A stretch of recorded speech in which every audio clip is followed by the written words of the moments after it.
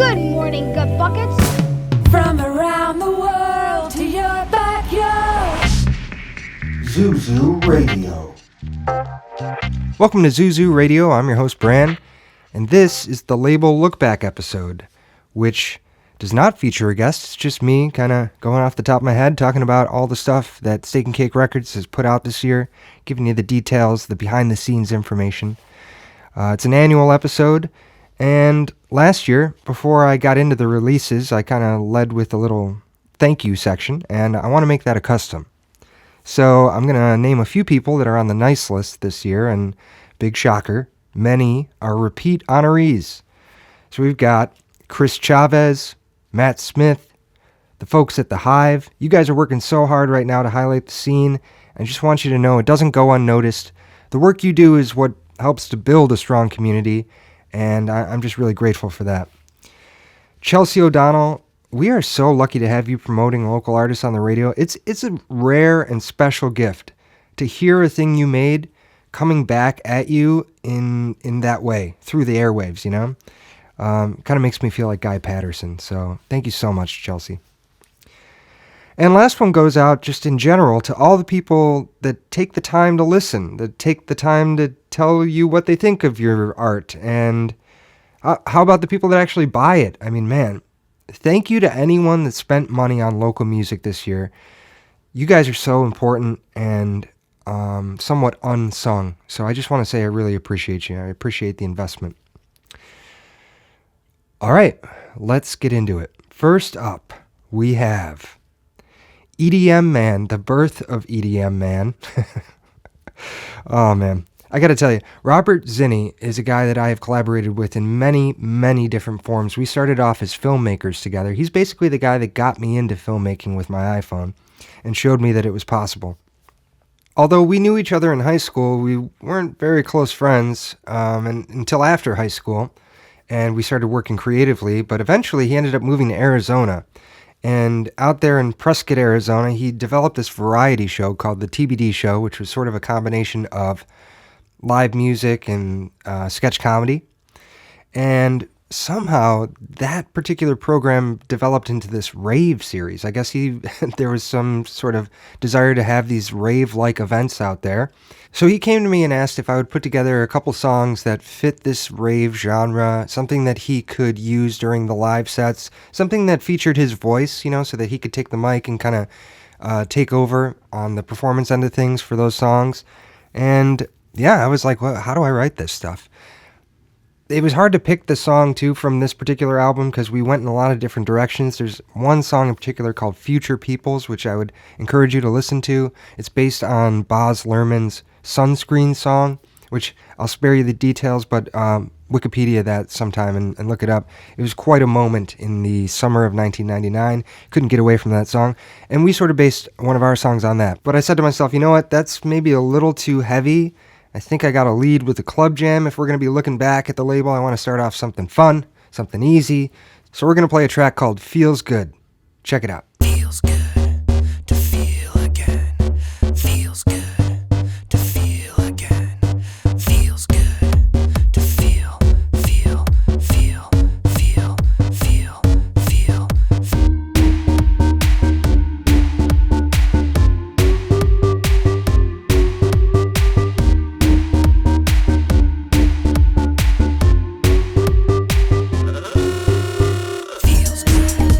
feel again.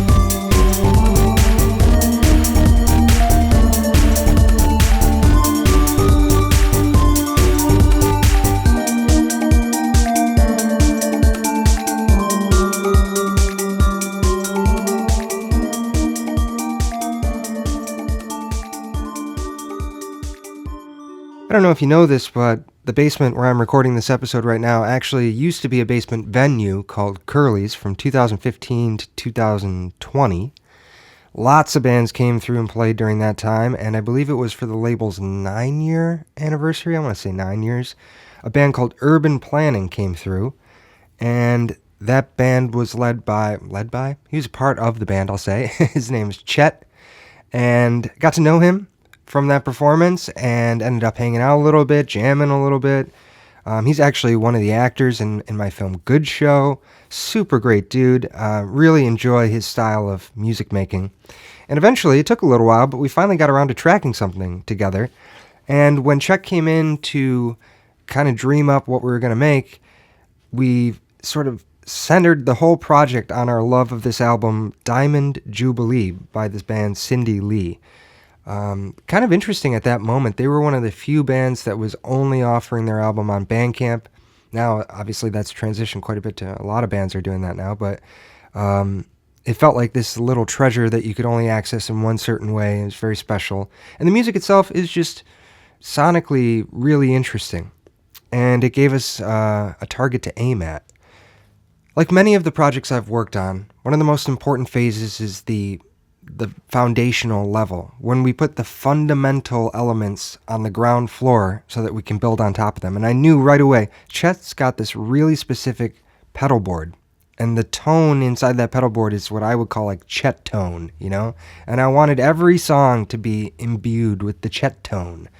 And so that's how we started it off. He came in and he had these guitar parts set, and we kind of played with some settings and laid down that foundational layer of guitar. He went away, and I tried to produce a couple sounds in to match the Cindy Lee vibe.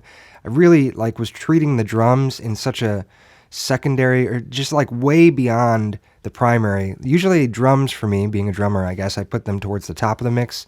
And in this mix, I was like, no, get out of here. You guys got to sit in the back seat, so that the songwriting can really sit up front. I remember when the album came out, Salo the Boy, a great artist in their own right, worth checking out, messaged to say that the mix on this particular album I made with Chet was just right, and that meant a lot to me. There was a lot of work that really went into balancing this and really trying to make it congruent with that Cindy Lee sound. The way I see the album is kind of as a start-to-finish piece. It's an atmosphere, and I like listening to it that way. But because of this format, I'm going to pick one song. So I'll tell you, the project is called Flame Deluge. The album is called Branch. And this song we're going to hear is called Embers.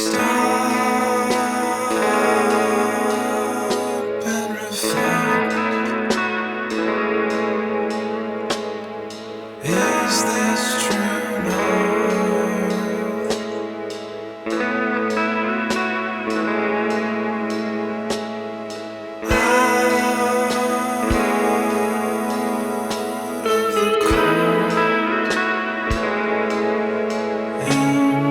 Back into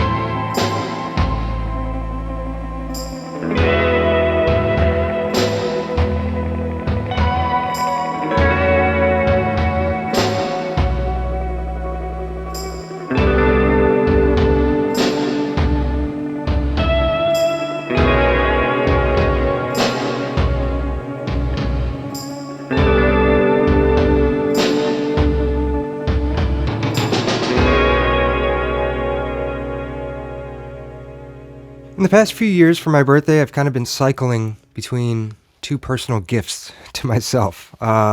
One is this kind of live band orchestra thing where I invite people over into the recording studio. We all rotate through different instruments. The whole thing is live tracked.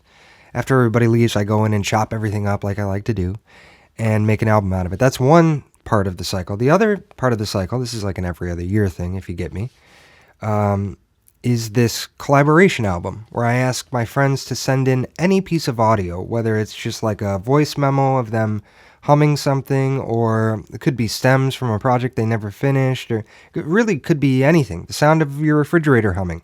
Whatever they send over, I'll take that and try and evolve it into a piece of music. And this particular version of the project happened to coincide with my 40th birthday, which they say is a milestone, I guess. And at least for me, the submissions did not disappoint. I loved everything that came through. Really happy with how they turned out in the end.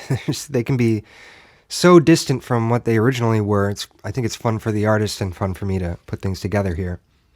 So I had to pick one, but I went with Bat Ring's submission. She's a busy one, Brianna Batista, but her talent is truly unreal. I mean, I really hope that when things chill down for her a little bit, we can get back to working together again. She's in school and working and doing life and all that. And we had made an album called A Spectre Prepares a little while back. I believe it was last year. And that album was built from a cappella takes. This particular song submission that she gave me was also a cappella. Just a little voice memo vocal. And then I turned that into what I think is kind of like an LFO late 90s summer jam, you know? I Like Girls That Wear Abercrombie and Fitch. That's what I was trying to get to for this, and I think it ended up in a cool place. So here we go. We got Bat Ring's contribution to the 40th birthday album.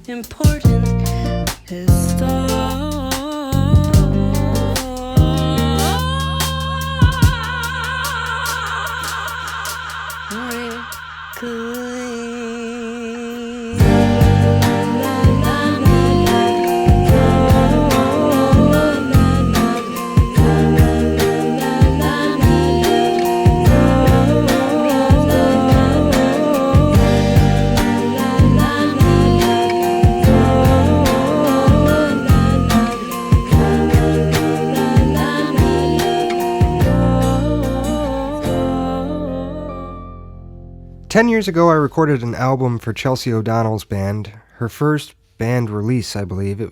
That band was called Wolf at the time. And now she goes by Stress Dolls, and things have evolved quite a bit for her, and she's gained quite a level of notoriety, I'd say. And to celebrate the anniversary of this first-time experience of putting something out, she asked if I'd like to revisit that album. And revisited, I thought, what does that mean? And so it was kind of open to interpretation, and I pitched her this sort of rethought, reharmonized version, just like an alternate reality version of the album. And man, Chelsea, she is gracious, because she gave me the ability to really dream big. And I just feel so thankful when artists grant me the level of trust that Chelsea has often granted me to explore. They bring this precious idea of a song or an album, and I'm allowed to go off the rails with it. I mean, it's really fun, and I'm so thankful. I was definitely listening to a lot of Palehound during this process, super in my head for this, and the song Sand Angel, which is technically by Palehound, or if you want to look it up, it might be under Bachelor, but in my mind, one of the best songs ever written. Check that song out, and then listen to this album, because you'll really see the parallel. But for this, we're picking one song, and we're going with Infectious. The album is called It's Electric, which is in its redux form, and the band is Wolf. At best I have a knack for rhythm and words that give you the blues.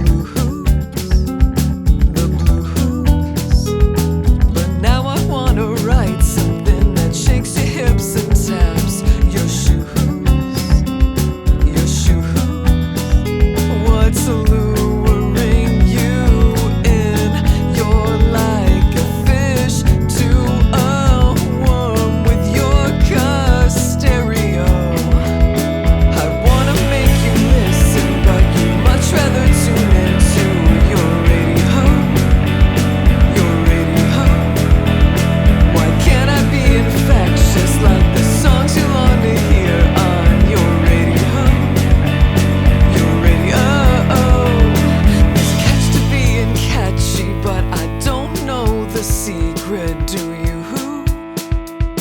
Do you who? I wanna be more pop than Pepsi, and I think that's saying something. Don't you who? Don't you? Oh, what makes your heart sick when you hear the latest hits on your car stereo? I wanna make you listen, but you'd much rather tune into your radio. Your radio. Why can't I be infectious like the songs you long to hear on your radio? Your radio. If I long to be great, why do I hesitate? I wanna hide in your reflexes, and the tingle in your fingers make you forget the world a second, and write a verse that lingers in your head forever.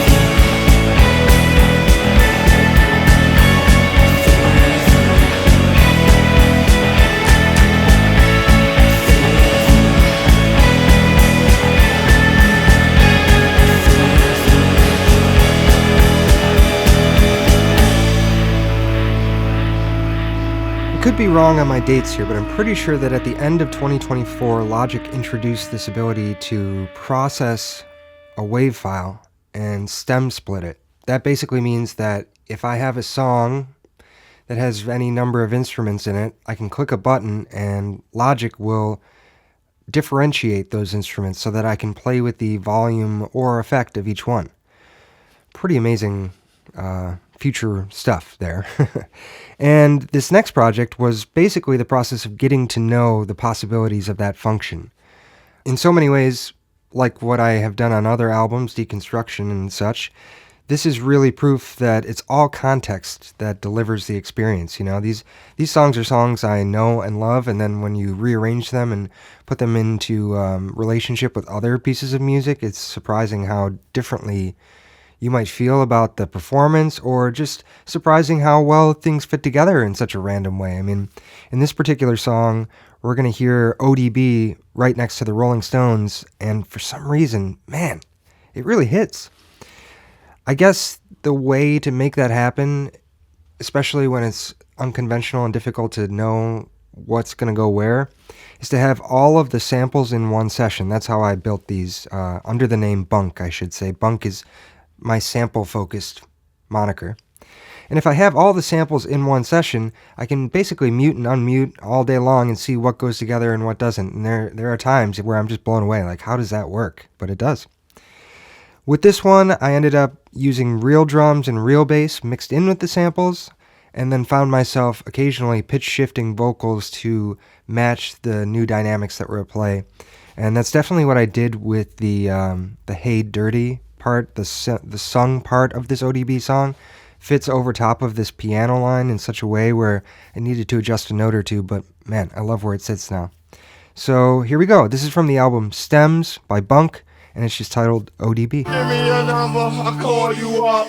You act like your pussy on interrupt. Don't have no trouble with you fucking me, but I have a little problem with you not fucking me. Baby, you know I'ma take care of you, cause you said you got my baby and I know it ain't true.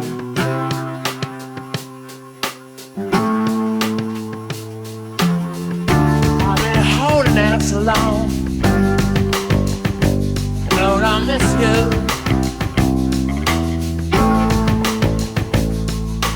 I've been holding out so long. Lord, I miss you.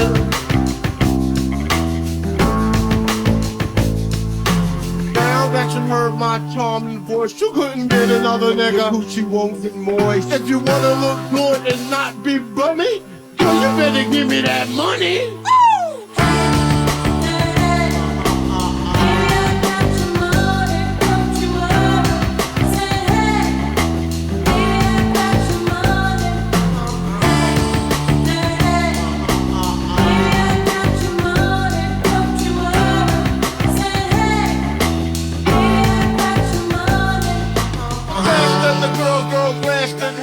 I whispered in the air, you wanna be with me? You wanna look pretty though, in my video. Oh, dirty on the hat, and I let you all know. Just dance if you want up in the Holy Ghost trance. The style of a mother killer ants in your pants. I'm the ODB, as you can see. FBI don't do me, watching me. I don't want no problems, cause I put you down in the ground where you cannot be found. I'm just dirt dog trying to make some money. So give me my strings, then give me my honey. Radios play this all day, every day. Recognize I'm a fool and you love me. None of you better look at me funny. You know my name now, give me my money. Hold that so long. Lord, I miss you. I've been holding that so long.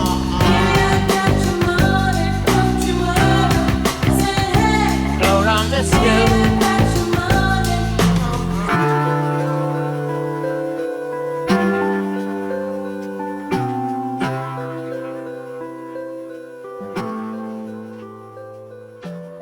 Way back when, probably 1999, I want to say, I met this guy. His name is Brad Kujowski. We met in art class in high school, and from the minute I met him, I was like, man, it's so easy to be friends with this guy.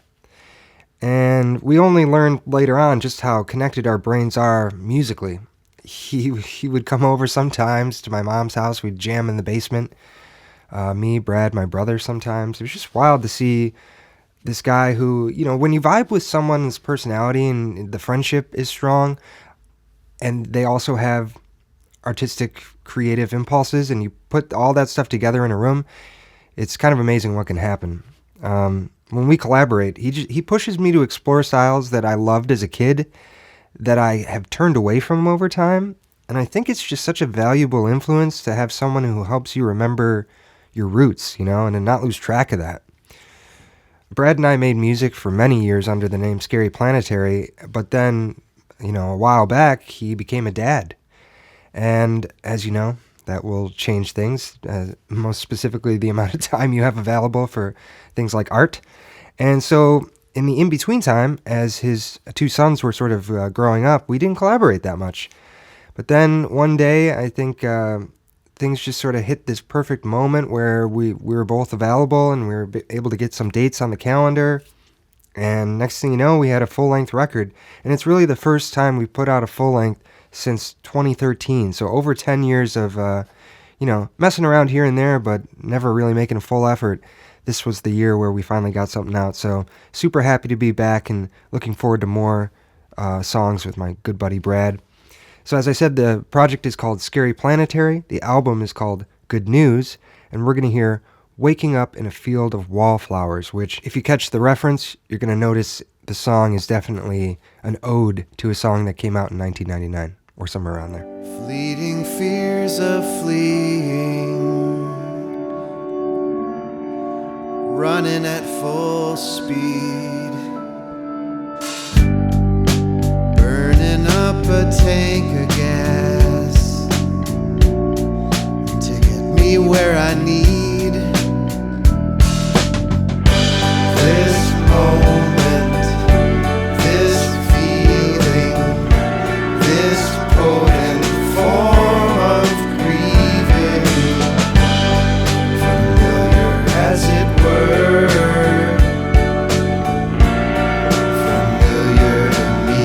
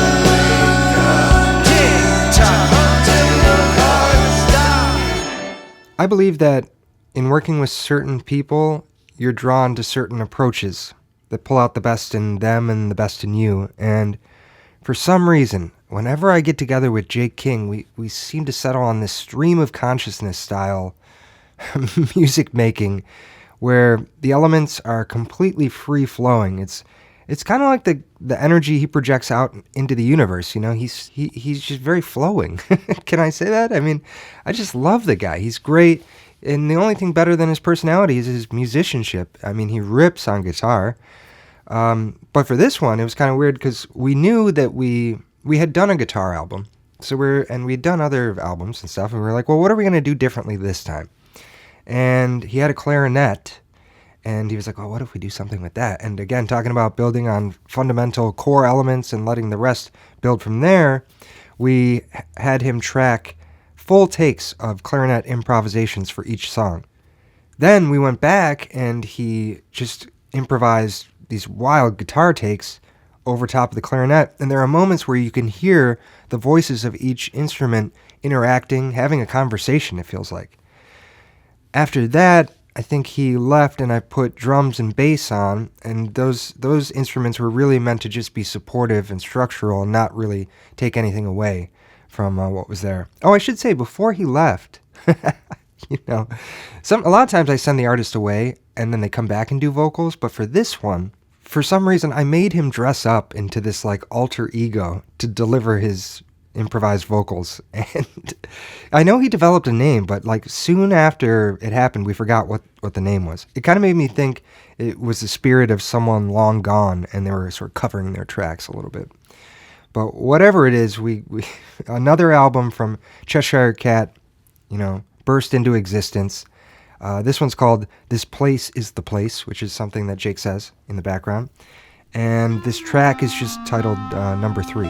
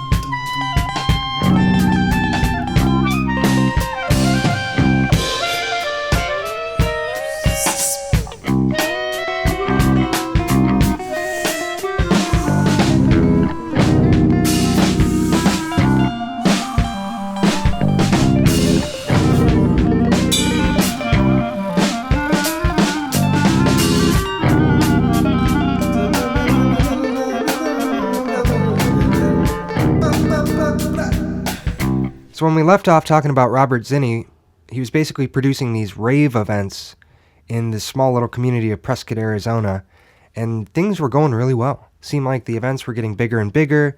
The tracks that I had made for him seemed to be playing pretty well, and things were going over. And I don't know if this is just like the natural progression for this type of stuff, but he ended up on the festival circuit. So he took this DJ persona on the road to this large outdoor, large-scale festival thing, and we wanted to get some new tracks together for him to take with him when he played the festival. So I said, hey, what do you want me to focus on? What do you want me to do? He sent all these song examples for me, which is so helpful to have reference tracks when people are looking for me to develop something specific. And we also talked about the idea that he really wanted this participatory element for the audience. If they could catch what the hook was, maybe they could sing along, and he would be performing the hook live on the microphone while the track is playing. So there's just this whole extra level of intimacy between the DJ and the audience. It's not just this like hooded figure, head down, turning knobs, and people, dancing and not looking at the stage. There's a little bit more interaction, I guess, is what he was looking for. So that was a point of focus for this next batch of songs, and I feel like every time I try to make EDM, I get a little bit better at understanding what I'm supposed to be doing. And so here we go. We're going to play the song Vibe, which is off EDM Man 2 by EDM Man.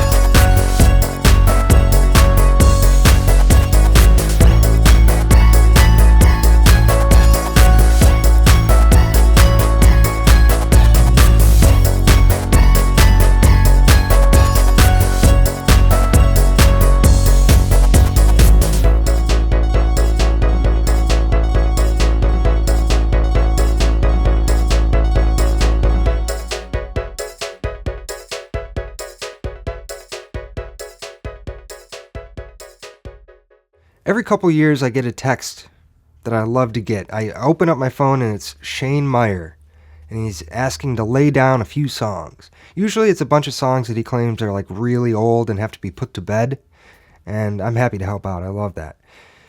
Usually he'll come in, he establishes the core of the songs on classical guitar and vocals, and then usually layer in some bass, drums, keys. Then he'll come back and play some lead electric guitar. It's sort of a formula that we've perfected over the course of doing 4 albums in 10 years, I think. There are many ultra-talented, somewhat under-the-radar artists in Buffalo. I find it really satisfying and a point of purpose to uncover who those people are and try and deliver them to a wider audience.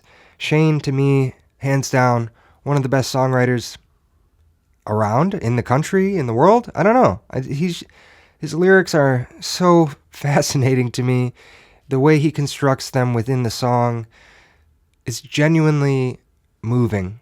His music truly hits me in the core, and I'm so honored to work with him.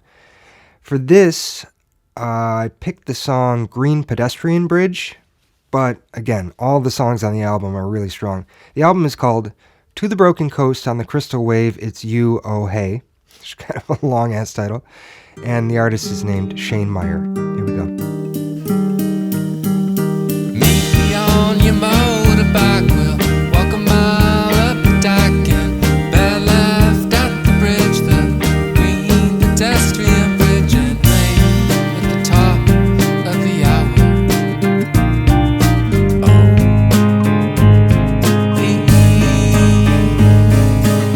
Sweet home on the range, at home feeling strange, party to Bonaparte, book of poems written by Paul Pot, and rain at the top of the hour.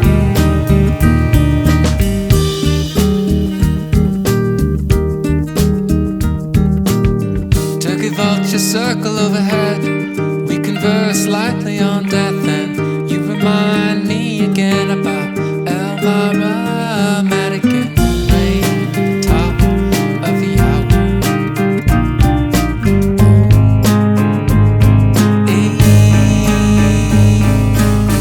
I could pass days like this, tending female wishes from a Seraglio in the mist, nightly efflorescence and rain, the top of the hour.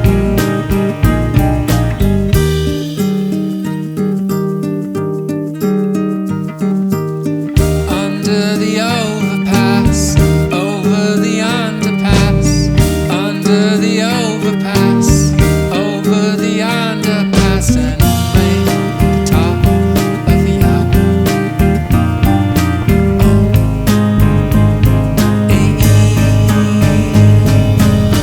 Always wanted to live out here. U.S. Army Corps of Engineers, weaving mats of river grasses, bedding down your bonny lasses, and rain, the top of the hour.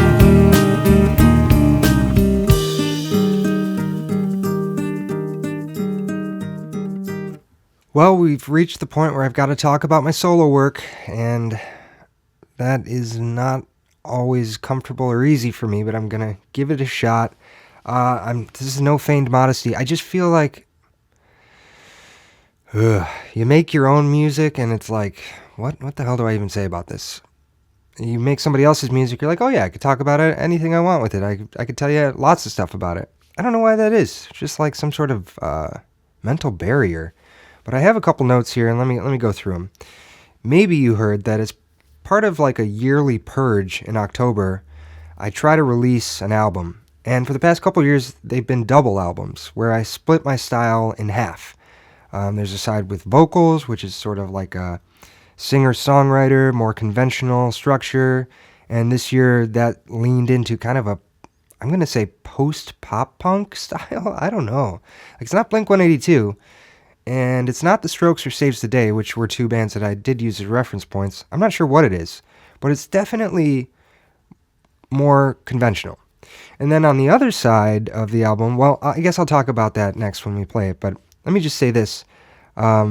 It's good to get it out of my system.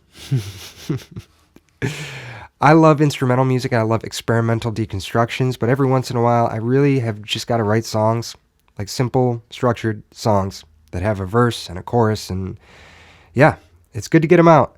And I had fun putting the pieces together. It was a really tough one to feel finished with, though. In my own work, I could just spend, decades in the weeds, and that's why this yearly deadline is so important to me to put something out, because otherwise I honestly, I never would. So, the artist name that I operate under for this is called Helmsley. Helmsley is actually, just give you a little backstory here, from one of the first books I ever decided to read on my own in high school and middle school. You're force-fed a lot of stuff, but I actually picked up this book at Barnes & Noble called The Fuck Up. It was one of the first books published by MTV Books. Kind of funny. And one of the characters in the book was named Helmsley. And yeah, that was back in 2002. So this has been a long-running moniker. And the album is called Low Positive. If you're a Bills fan, you might remember that one. And the song I picked, I went with Jasmine's favorite song. It's called The Past.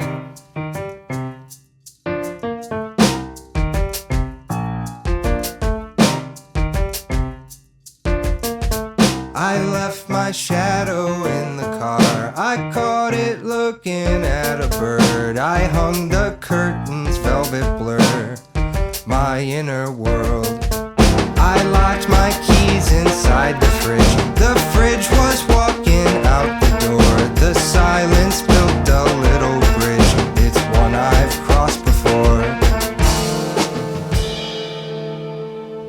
I stared too long into the sink.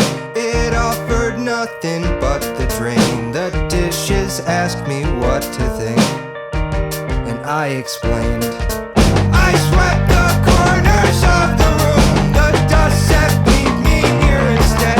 The vacuum made a little tune that I heard in my head. So I drew a doorway with my foot. The floor pretended not to see. The past was asking if it could come sit with me. Come sit with me. The past was asking if it could come sit with me. Yes, please.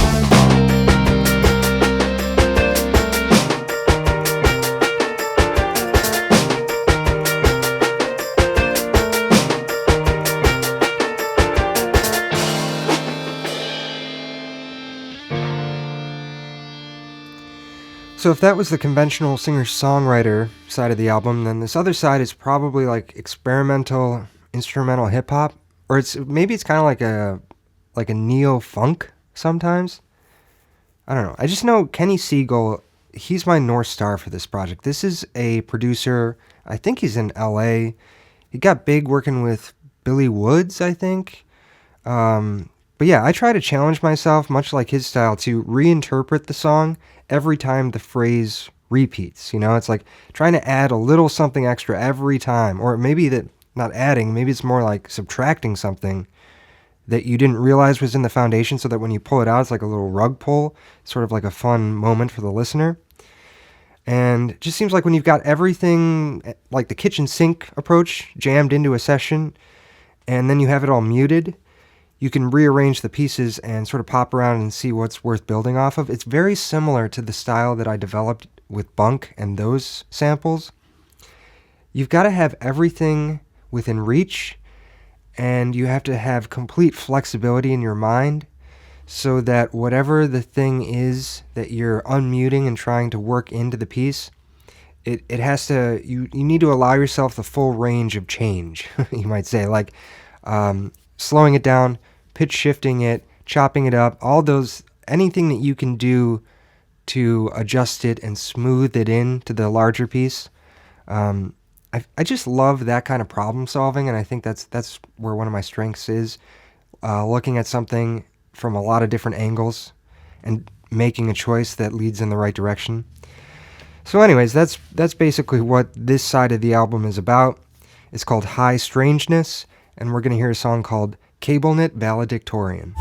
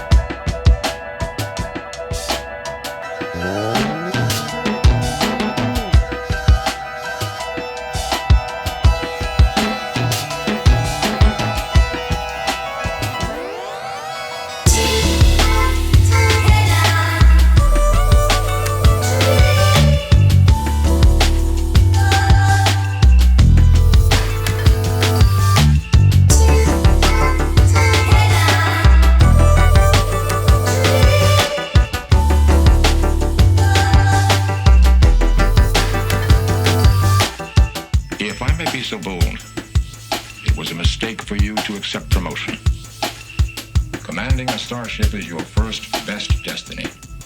Anything else is a waste of material. So one of the things about Bandcamp is that when you're on your profile and you scroll down to the very bottom of your discography, you can see the unreleased albums that live there. And it turns out I've got quite a few hanging out in the vault, just waiting for their moment. Some are years gone by and maybe will never come out. Others were meant to come out this year and just never really kind of made it. You know, they might be done, but there's a release rollout that has to happen, and so we're kind of waiting for the next step. But you know, I didn't want to miss out on those albums, and so I guess that if you're listening to this, you get a special sneak peek of what's probably coming in early 2026. We're going to do sort of a medley version. So you're going to hear, the first track is a new Rackmasters project. It's Halloween themed, and I couldn't put it out this year because my solo album was coming out and I was still in the process of rolling it out, so it was just hard to catch the window to hit the holiday, you know. Next thing you're going to hear is a song from an album that I've been working on with Pete Benson. Pete Benson is such a good dude and really, really enjoy his songwriting style. We've been working on this for maybe over a year now. Pretty long album. I think at one point it's maybe 15 songs long. And just sort of sorting through it, getting the sound right, getting his vision together. I think there's a band called Hermanos and Gutierrez. Probably not saying that right, but we really were trying to zero in on that, and I think we got to it. And the last part of this is going to be a new track from Ismatic Guru, which was inspired sort of by Afrobeat, maybe like Fela Kuti type rhythms mixed with egg punk. According to John Toohill, my partner in this project, we don't think that that's ever been done. So this might be breaking new territory in all these subdivisions of genres of punk. But yeah, let's get these three going, and then we'll close it out. Here we go.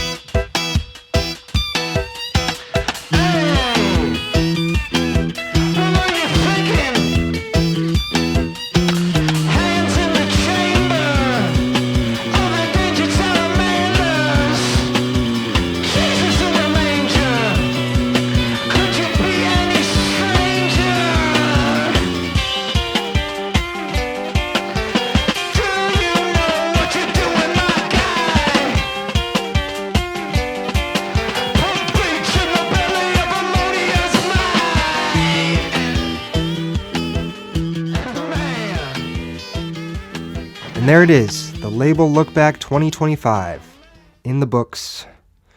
Really nice to spend a little time reflecting on everything that happened this year, all the incredible music that came out, not just on my label, but everywhere. My best of 2025 list is coming soon, probably in the next week or two, or maybe it's out already by the time this is out. I have no idea. I don't know. I need to get my calendar in order, much like many of you, I'm sure. things are busy and it's hard to keep track of what's happening. But I will say that 2026 is looking pretty good. My list of people that I want to have in is very solid. I can't wait to share these new episodes with you, so definitely stay tuned. Like, follow, subscribe. Is that what they say? It's crazy. It's going to be the 3rd year of Zuzu Radio. And, man, it just seems like I just started this thing. Also, there's this huge event coming. I should tell you this probably now. February 21st, 2026 is the 15-year anniversary of Steak and Cake Records. And we're going to be reopening that basement space, which used to be called Curly's and will now be called Zuzu. And we're going to have bands down here, and it's going to be just like the old times. And I can't wait to bring that back. I'm so excited for you guys to see how the space has changed.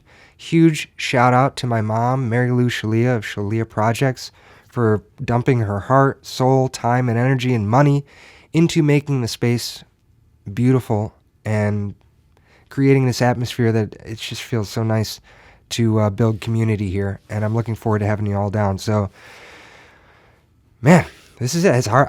I'm having a hard time ending the episode because it just means this is the end of 2025. And maybe that's more of like a thank God moment. Thank God this is over.